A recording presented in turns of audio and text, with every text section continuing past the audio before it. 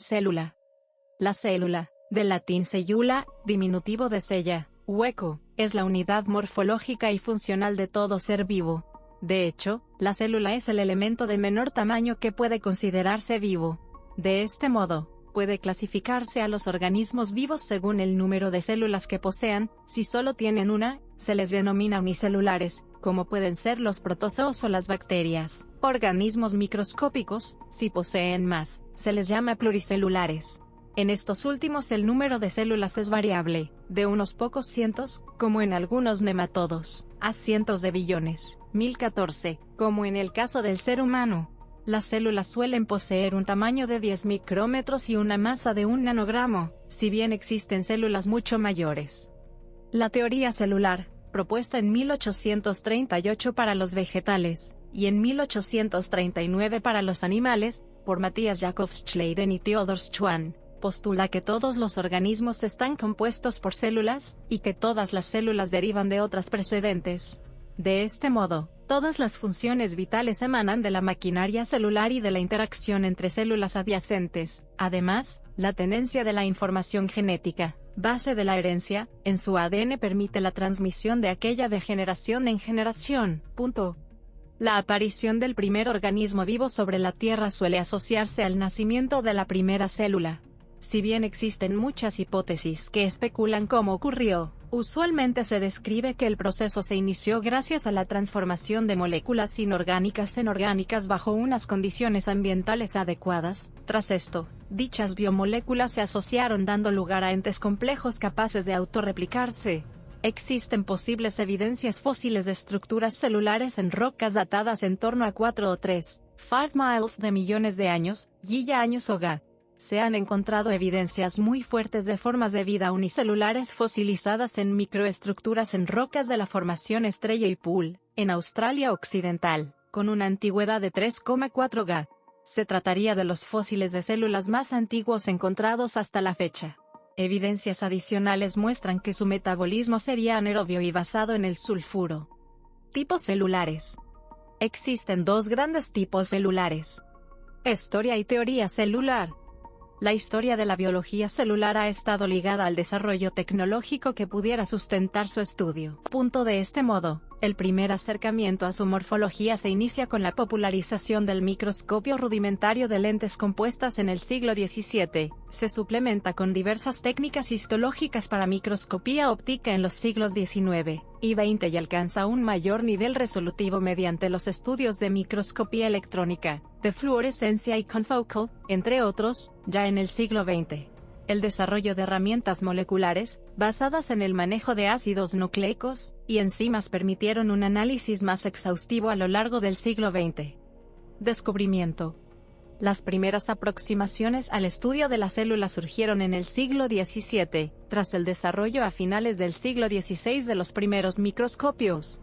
Estos permitieron realizar numerosas observaciones, que condujeron en apenas 200 años a un conocimiento morfológico relativamente aceptable. A continuación se enumera una breve cronología de tales descubrimientos. Teoría celular. El concepto de célula como unidad anatómica y funcional de los organismos surgió entre los años 1830 y 1880, aunque fue en el siglo XVII cuando Robert Hooke describió por vez primera la existencia de las mismas, al observar en una preparación vegetal la presencia de una estructura organizada que derivaba de la arquitectura de las paredes celulares vegetales. En 1830 se disponía ya de microscopios con una óptica más avanzada, lo que permitió a investigadores como Theodor Schwann y Matthias Schleiden definir los postulados de la teoría celular, la cual afirma, entre otras cosas. Definición. Se define a la célula como la unidad morfológica y funcional de todo ser vivo. De hecho, la célula es el elemento de menor tamaño que puede considerarse vivo. Como tal posee una membrana de fosfolípidos con permeabilidad selectiva que mantiene un medio interno altamente ordenado y diferenciado del medio externo en cuanto a su composición, sujeta a control homeostático, la cual consiste en biomoléculas y algunos metales y electrolitos. La estructura se automantiene activamente mediante el metabolismo, asegurándose la coordinación de todos los elementos celulares, y su perpetuación por replicación a través de un genoma codificado por ácidos nucleicos. La parte de la biología que se ocupa de ella es la citología. Características. Las células, como sistemas termodinámicos complejos, poseen una serie de elementos estructurales y funcionales comunes que posibilitan su supervivencia. No obstante, los distintos tipos celulares presentan modificaciones de estas características comunes que permiten su especialización funcional y, por ello, la ganancia de complejidad. De este modo, las células permanecen altamente organizadas a costa de incrementar la entropía del entorno, uno de los requisitos de la vida. Características estructurales. Características funcionales. Las células vivas son un sistema bioquímico complejo. Las características que permiten diferenciar las células de los sistemas químicos no vivos son: las propiedades celulares no tienen por qué ser constantes a lo largo del desarrollo de un organismo. Evidentemente, el patrón de expresión de los genes varía en respuesta a estímulos externos, además de factores endógenos. Un aspecto importante a controlar es la pluripotencialidad, característica de algunas células que les permite dirigir su desarrollo hacia un abanico de posibles tipos celulares. En metazoos, la genética subyacente a la determinación del destino de una célula consiste en la expresión de determinados factores de transcripción específicos del linaje celular al cual va a pertenecer, así como a modificaciones epigenéticas. Además, la introducción de otro tipo de factores de transcripción mediante ingeniería genética en células somáticas basta para inducir la mencionada pluripotencialidad. Luego este es uno de sus fundamentos moleculares. Tamaño, forma y función. El tamaño y la forma de las células depende de sus elementos más periféricos, por ejemplo, la pared, si la hubiere, y de su andamiaje interno, es decir, el citoesqueleto. Además, la competencia por el espacio tisular provoca una morfología característica. Por ejemplo, las células vegetales, poliédricas en vivo, tienden a ser esféricas en vitro. Incluso pueden existir parámetros químicos sencillos, como los gradientes de concentración de una sal, que determinen la aparición de una forma compleja. En cuanto al tamaño, la mayoría de las células son microscópicas, es decir, no son observables a simple vista. 1 milímetro cúbico de sangre puede contener unos 5 millones de células. A pesar de ser muy pequeñas, el tamaño de las células es extremadamente variable. La célula más pequeña observada, en condiciones normales, corresponde a Mycoplasma genitalium, de 0,2 micrómetros, encontrándose cerca del límite teórico de 0,17 micrómetros. Existen bacterias con 1 y 2 micrómetros de longitud. Las células humanas son muy variables: hematíes de 7 micras, hepatocitos con 20 micras, espermatozoides de 53 micrómetros, óvulos de 150 micrómetros e, incluso, algunas neuronas de en torno a 1 metro. En las células vegetales los granos de polen pueden llegar a medir de 200 a 300 micrómetros. Respecto a las células de mayor tamaño, por ejemplo los xenofióforos, son foraminíferos unicelulares que han desarrollado un gran tamaño, los cuales alcanzar tamaños macroscópicos. Syringamina fragilissima alcanza los 20 centímetros de diámetro. Para la viabilidad de la célula y su correcto funcionamiento siempre se debe tener en cuenta la relación superficie-volumen. Puede aumentar considerablemente el volumen de la célula, y no así su superficie de intercambio de membrana, lo que dificultaría el nivel y regulación de los intercambios de sustancias vitales para la célula. Respecto de su forma, las células presentan una gran variabilidad, que, incluso, algunas no la poseen bien definida o permanente. Pueden ser fusiformes, forma de uso, estrelladas, prismáticas, aplanadas, elípticas, globosas o redondeadas, etc. Algunas tienen una pared rígida y otras no, lo que les permite deformar la membrana y emitir prolongaciones citoplasmáticas, pseudópodos, para desplazarse o conseguir alimento.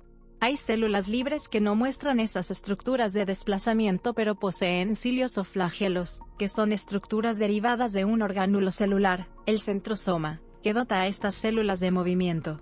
De este modo, existen multitud de tipos celulares, relacionados con la función que desempeñan. Por ejemplo, estudio de las células. Los biólogos utilizan diversos instrumentos para lograr el conocimiento de las células. Obtienen información de sus formas, tamaños y componentes, que les sirve para comprender además las funciones que en ellas se realizan. Desde las primeras observaciones de células, hace más de 300 años, hasta la época actual, las técnicas y los aparatos se han ido perfeccionando, originándose una rama más de la biología, la microscopía. Dado el pequeño tamaño de la gran mayoría de las células, el uso del microscopio es de enorme valor en la investigación biológica.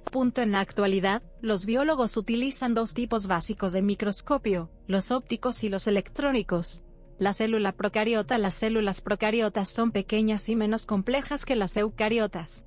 Contienen ribosomas pero carecen de sistemas de endomembranas, esto es, orgánulos delimitados por membranas biológicas, como puede ser el núcleo celular. Por ello poseen el material genético en el citosol.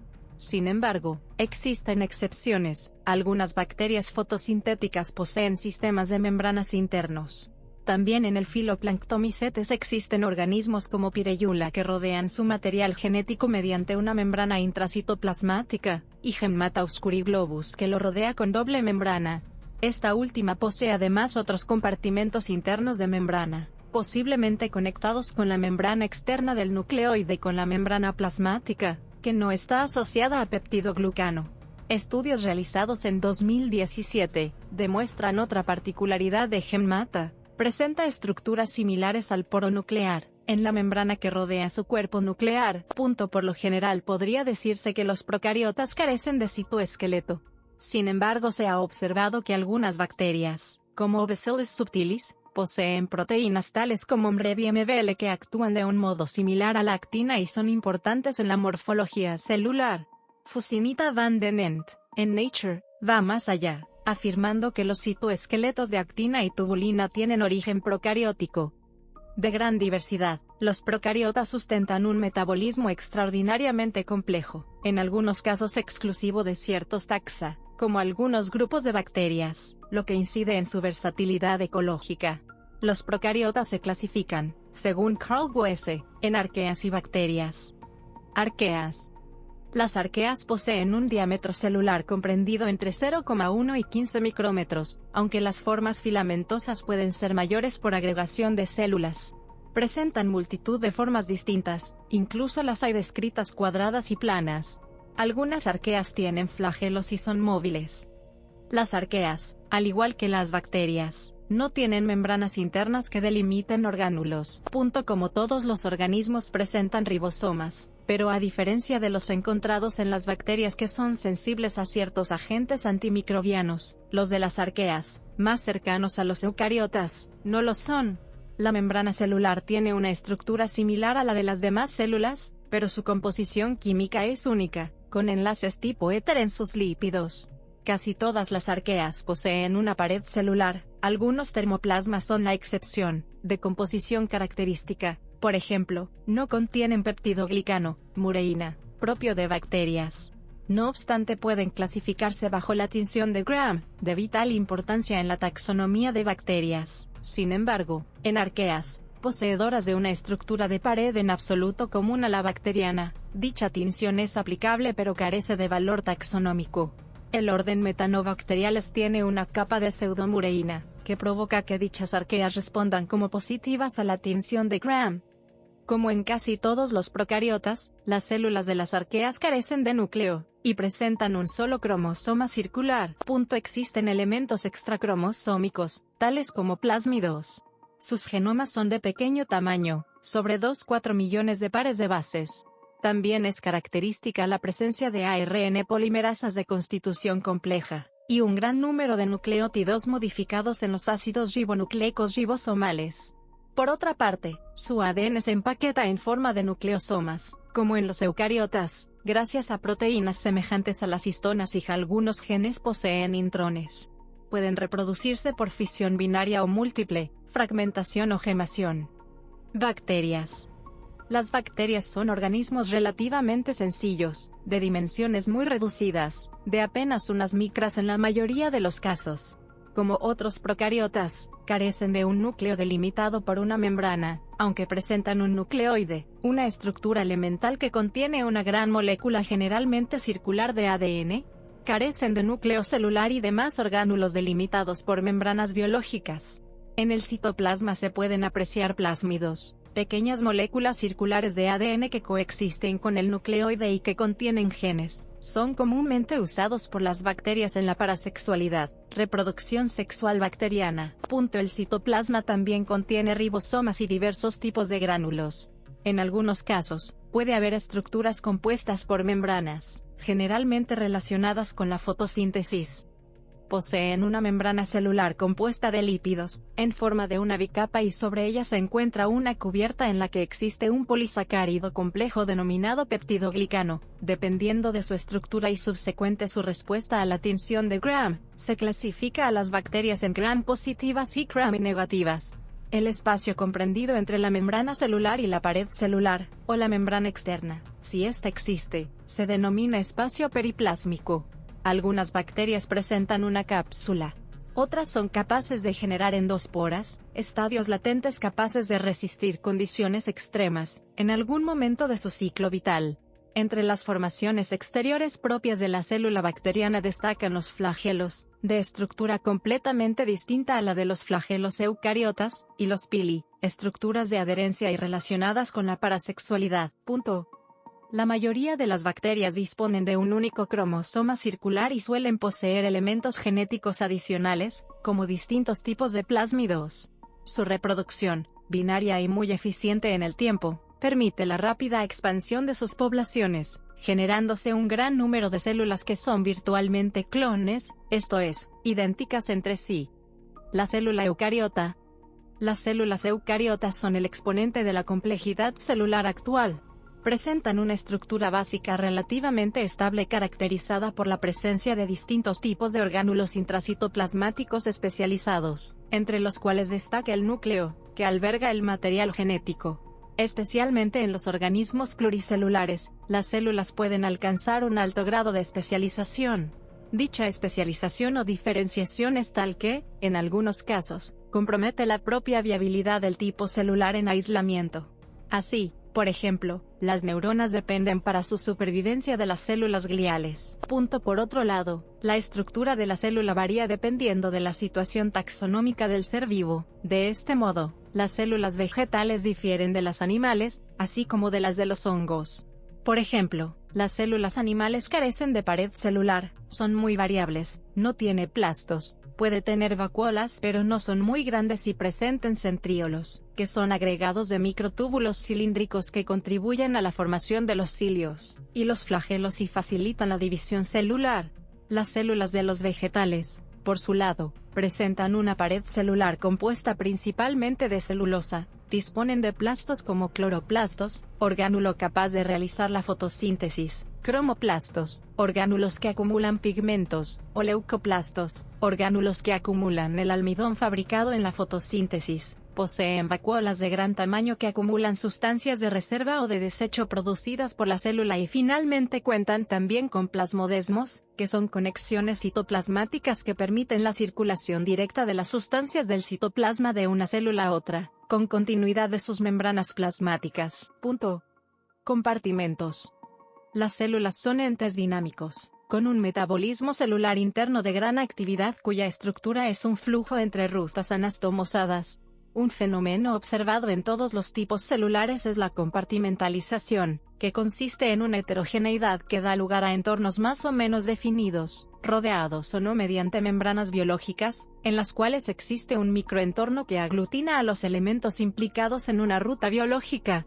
Esta compartimentalización alcanza su máximo exponente en las células eucariotas, las cuales están formadas por diferentes estructuras y orgánulos que desarrollan funciones específicas, lo que supone un método de especialización espacial y temporal. No obstante, células más sencillas, como los procariotas, ya poseen especializaciones semejantes. Membrana plasmática y superficie celular. La composición de la membrana plasmática varía entre células dependiendo de la función o del tejido en la que se encuentre, pero posee elementos comunes. Está compuesta por una doble capa de fosfolípidos, por proteínas unidas no covalentemente a esa bicapa, y por glúcidos unidos covalentemente a lípidos o proteínas. Generalmente, las moléculas más numerosas son las de lípidos. Sin embargo, las proteínas, debido a su mayor masa molecular, representan aproximadamente el 50% de la masa de la membrana.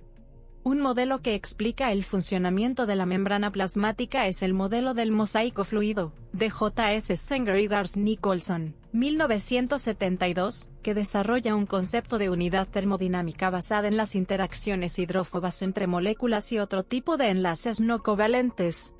Dicha estructura de membrana sustenta un complejo mecanismo de transporte, que posibilita un fluido intercambio de masa y energía entre el entorno intracelular y el externo. Además, la posibilidad de transporte e interacción entre moléculas de células aledañas o de una célula con su entorno faculta a estas poder comunicarse químicamente, esto es, permite la señalización celular. Neurotransmisores, hormonas, mediadores químicos locales afectan a células concretas modificando el patrón de expresión génica mediante mecanismos de transducción de señal. Sobre la bicapa lipídica, independientemente de la presencia o no de una pared celular, existe una matriz que puede variar, de poco conspicua, como en los epitelios, a muy extensa, como en el tejido conjuntivo. Dicha matriz, denominada glucocálix, rica en líquido tisular, glucoproteínas, proteoglicanos y fibras, también interviene en la generación de estructuras y funciones emergentes, derivadas de las interacciones célula-célula. Estructura y expresión génica. Las células eucariotas poseen su material genético en, generalmente, un solo núcleo celular, delimitado por una envoltura consistente en dos bicapas lipídicas atravesadas por numerosos poros nucleares y en continuidad con el retículo endoplasmático. En su interior, se encuentra el material genético, el ADN, observable, en las células en interfase, como cromatina de distribución heterogénea. A esta cromatina se encuentran asociadas multitud de proteínas, entre las cuales destacan las histonas, así como ARN, otro ácido nucleico. Dicho material genético se encuentra inmerso en una actividad continua de regulación de la expresión génica. Las ARN polimerasas transcriben ARN mensajero continuamente, que, exportado al citosol, es traducido a proteína, de acuerdo a las necesidades fisiológicas. Asimismo, dependiendo del momento del ciclo celular, dicho ADN puede entrar en replicación, como paso previo a la mitosis. No obstante, las células eucarióticas poseen material genético extranuclear, concretamente, en mitocondrias y plastos. Si los hubiere, estos orgánulos conservan una independencia genética parcial del genoma nuclear. Síntesis y degradación de macromoléculas. Dentro del citosol, esto es, la matriz acuosa que alberga a los orgánulos y demás estructuras celulares, se encuentran inmersos multitud de tipos de maquinaria de metabolismo celular, orgánulos, inclusiones, elementos del citoesqueleto, enzimas. De hecho, estas últimas corresponden al 20% de las enzimas totales de la célula. Conversión energética. El metabolismo celular está basado en la transformación de unas sustancias químicas, denominadas metabolitos. En otras, dichas reacciones químicas transcurren catalizadas mediante enzimas. Si bien buena parte del metabolismo sucede en el citosol, como la glucólisis, existen procesos específicos de orgánulos. Citoesqueleto. Las células poseen un andamiaje que permite el mantenimiento de su forma y estructura, pero más aún, este es un sistema dinámico que interactúa con el resto de componentes celulares generando un alto grado de orden interno. Dicho andamiaje está formado por una serie de proteínas que se agrupan dando lugar a estructuras filamentosas que, mediante otras proteínas, interactúan entre ellas dando lugar a una especie de retículo. El mencionado andamiaje recibe el nombre de citoesqueleto, y sus elementos mayoritarios son, los microtúbulos, los microfilamentos y los filamentos intermedios. Ciclo vital. El ciclo celular es el proceso ordenado y repetitivo en el tiempo mediante el cual una célula madre crece y se divide en dos células hijas. Las células que no se están dividiendo se encuentran en una fase conocida como Y0, paralela al ciclo. La regulación del ciclo celular es esencial para el correcto funcionamiento de las células sanas. Está claramente estructurado en fases. A diferencia de lo que sucede en la mitosis, donde la dotación genética se mantiene, existe una variante de la división celular, propia de las células de la línea germinal, denominada meiosis. En ella, se reduce la dotación genética diploide, común a todas las células somáticas del organismo, a una haploide, esto es, con una sola copia del genoma. De este modo, la fusión, durante la fecundación, de dos gametos haploides procedentes de dos parentales distintos da como resultado un cigoto, un nuevo individuo, diploide, equivalente en dotación genética a sus padres. La incorrecta regulación del ciclo celular puede conducir a la aparición de células precancerígenas que, si no son inducidas al suicidio mediante apoptosis, puede dar lugar a la aparición de cáncer. Los fallos conducentes a dicha desregulación están relacionados con la genética celular. Lo más común son las alteraciones en oncogenes, genes supresores de tumores y genes de reparación del ADN. Origen. La aparición de la vida, y, por ello, de la célula, probablemente se inició gracias a la transformación de moléculas inorgánicas en orgánicas bajo unas condiciones ambientales adecuadas, produciéndose más adelante la interacción de estas biomoléculas generando entes de mayor complejidad. El experimento de Miller-Urey, realizado en 1953, demostró que una mezcla de compuestos orgánicos sencillos puede transformarse en algunos aminoácidos, glúcidos y lípidos, componentes todos ellos de la materia viva, bajo unas condiciones ambientales que simulan las presentes hipotéticamente en la Tierra primigenia, en torno al León arcaico. Se postula que dichos componentes orgánicos se agruparon generando estructuras complejas, los coacervados de Oparin, aunas celulares que, en cuanto alcanzaron la capacidad de autoorganizarse y perpetuarse, dieron lugar a un tipo de célula primitiva, el progenote de Carl Guese, antecesor de los tipos celulares actuales. Una vez se diversificó este grupo celular, dando lugar a las variantes procariotas, arqueas y bacterias, pudieron aparecer nuevos tipos de células, más complejos, por endosimbiosis, esto es, captación permanente de unos tipos celulares en otros sin una pérdida total de autonomía de aquellos. De este modo, algunos autores describen un modelo en el cual la primera célula eucariota surgió por introducción de una arquea en el interior de una bacteria, dando lugar esta primera a un primitivo núcleo celular. No obstante, la imposibilidad de que una bacteria pueda efectuar una fagocitosis y, por ello, captar a otro tipo de célula, dio lugar a otra hipótesis, que sugiere que fue una célula denominada cronocito la que fagocitó a una bacteria y a una arquea, dando lugar al primer organismo eucariota. De este modo, y mediante un análisis de secuencias a nivel genómico de organismos modelo eucariotas, se ha conseguido describir a este cronocito original como un organismo con citoesqueleto y membrana plasmática, lo cual sustenta su capacidad fagocítica, y cuyo material genético era el ARN, lo que puede explicar, si la arquea fagocitada lo poseía en el ADN, la separación espacial en los eucariotas actuales entre la transcripción nuclear y la traducción citoplasmática. Una dificultad adicional es el hecho de que no se han encontrado organismos eucariotas primitivamente amitocondriados como exige la hipótesis endosimbionte. Además, el equipo de María Rivera, de la Universidad de California, comparando genomas completos de todos los dominios de la vida ha encontrado evidencias de que los eucariotas contienen dos genomas diferentes, uno más semejante a bacterias y otro a arqueas, apuntando en este último caso semejanzas a los metanógenos, en particular en el caso de las histonas. Esto llevó a Bell Martin y Miklos Müller a plantear la hipótesis de que la célula eucariota surgiera no por endosimbiosis, sino por fusión quimérica y acoplamiento metabólico de un metanógeno y una proteobacteria simbiontes a través del hidrógeno. Hipótesis del hidrógeno.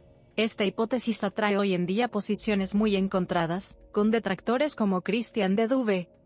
Harold Morowitz, un físico de la Universidad Yale, ha calculado que las probabilidades de obtener la bacteria viva más sencilla mediante cambios al azares de 1 sobre 1 seguido por 100.000.000.000 de ceros. Este número es tan grande, dijo Robert Shapiro, que para escribirlo en forma convencional necesitaríamos varios centenares de miles de libros en blanco. Presenta la acusación de que los científicos que han abrazado la evolución química de la vida pasan por alto la evidencia aumentante, y han optado por aceptarla como verdad que no puede ser cuestionada, consagrándola así como mitología. Véase también. Notas. Referencias. Bibliografía. Enlaces externos. Bibliografía. Enlaces externos. Bibliografía. Enlaces externos. Bibliografía. Enlaces externos.